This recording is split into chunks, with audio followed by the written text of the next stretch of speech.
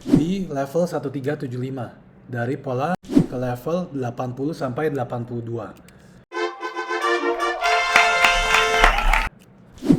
Halo teman-teman, kali ini kita akan membahas saham-saham di sektor properti. Seperti biasa kita lihat dulu pergerakan IHSG selama seminggu terakhir. Kita gambarkan di sini setelah berhasil naik di atas level 7000-nya, IHSG dengan pola bullish yang di sini adalah pola rounding bottom berpotensi naik ke level 7400. Syaratnya adalah IHSG jangan sampai turun kembali di bawah level 7000-nya. Kalau memang level 7000-nya kembali ditembus ke bawah, kita akan lihat lagi potensi pergerakan IHSG. Kita mulai, saham pertama kita adalah Pewon, Pakuwon Jati. Nah, untuk saham properti ini secara umum setelah sempat turun jauh di bulan November, mencoba kembali naik ke level 435-nya. Ini resistance yang kita harus perhatikan, karena kalau memang pola rounding bottom di sini bisa ditembus naik ke atas, Pewon berpotensi untuk menguat lebih lanjut ke level 475 sampai 480. Kita lihat lagi BSDE, Bumi Serpong Damai. Ini juga mirip-mirip, setelah sempat turun di 9 November, sangat jauh di bawah level 1000-nya. Saat ini BSDE harus bisa bertahan di atas level 1090 sampai 1100. Jadi kalau memang bisa naik di atas itu, maka potensi penguatan ke level 1200. Bagi yang belum punya, kita bisa lihat kalau memang BSD kembali turun ke level 1000 sampai 1020-nya di pola inverse head and shoulder di sini. Saham berikutnya adalah CTRA, Ciputra Development Tbk. Ini adalah saham yang lumayan lebih kuat dibanding 3 saham sebelumnya. Kita lihat di sini mencoba mendobrak resistance 1180. Sementara itu dia juga bisa bertahan di atas shoulder kanan yang kita estimasikan di level 1100 di sini. Jadi kalau memang bisa mendapat misalnya level 1100, kita stop loss kecil di 1075, maka potensi penguatan CTRA ini kita lihat di level 1375 dari pola inverse head and shoulder. Berikutnya SMRA, Summarecon Agung. Ini pola bullish yang serupa. Jadi setelah turun dari level bulan Juli ke bulan November awal, kita lihat SMRA di level 500. Dia membentuk pola inverse head and shoulder juga selama dia bisa bertahan di level 600 sampai 615. Jadi kalau itu terjadi, maka potensi penguatan SMRA ke level sekitar 720. Lalu kita perhatikan saham ASRI, Alam Sutra Realty.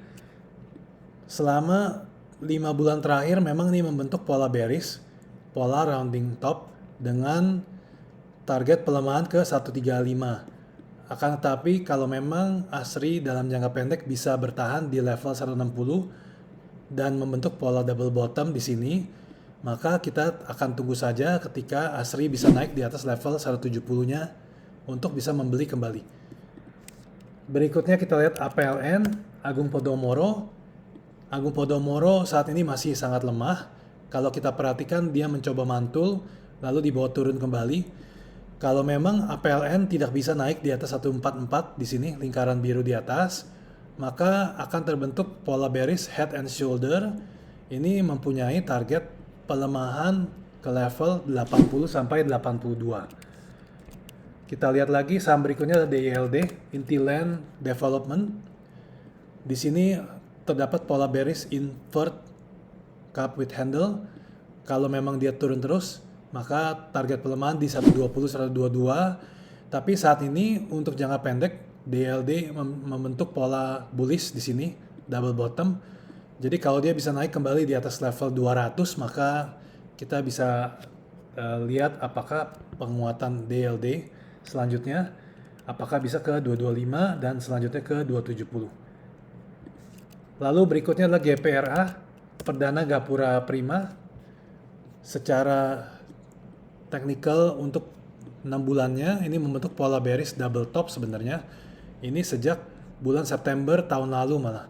Jadi ini pola double top. Kalau memang GPRA turun di bawah support di sini 90-nya, maka potensi pelemahan GPRA ke level 60. Cuma untuk membuat GPRA bullish kembali, GPRA harus bisa kembali naik di atas level 105. Kita gambarkan di lingkaran biru di atas, seperti ini. Itu untuk GPRA. Berikutnya SMDM, Surya Mas, Dukta Makmur, ini masih sideways, jadi kalau bagi yang ingin membeli, kita tunggu saja di level 150, siapa tahu bisa dapat. Itu merupakan level yang sangat kuat untuk SMDM. Berikutnya kita lihat saham BES, Bekasi Fajar Industrial Estate.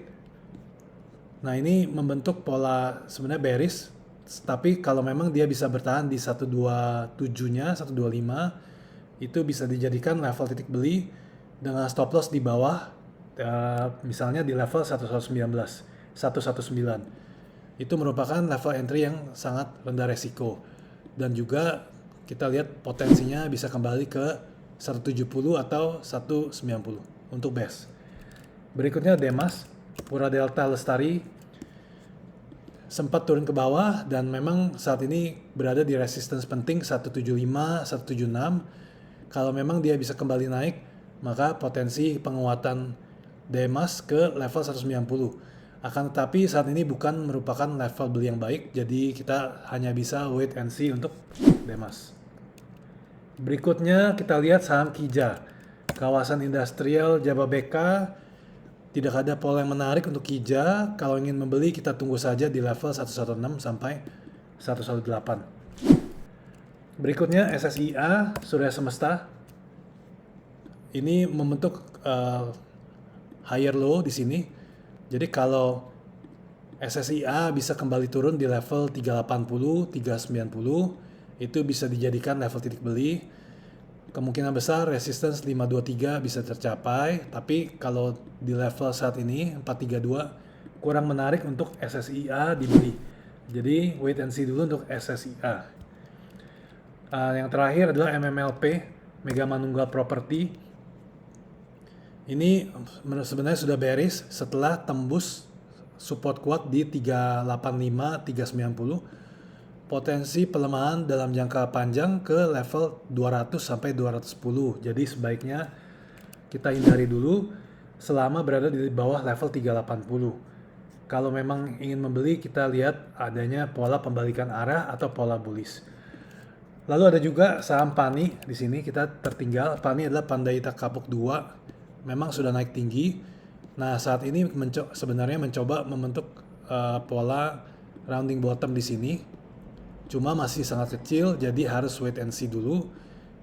Kita lebih suka untuk menunggu di atas setelah dia naik di level 5.000-an, di sini 5.100. Nah, target penguatan dari pola yang seperti ini adalah ke level, kita tunggu, ini ke level 6.100, jadi sekitar Rp1.000 dari breakout di sini. Tapi saat ini potensi membentuk pola rounding bottom. Ada juga yang mencoba untuk spekulasi beli di sini, misalnya di level 4.200, tapi ini sangat berbahaya karena level stop loss-nya kita harus tarik di 3.800. Jadi sangat jauh sekali level stop loss-nya, tapi juga bisa dijadikan potensi untuk membeli PANI. Oke, sekian saja untuk target dari pembahasan teknikal saham-saham di sektor properti. Terima kasih sudah menonton, sampai ketemu di video berikutnya.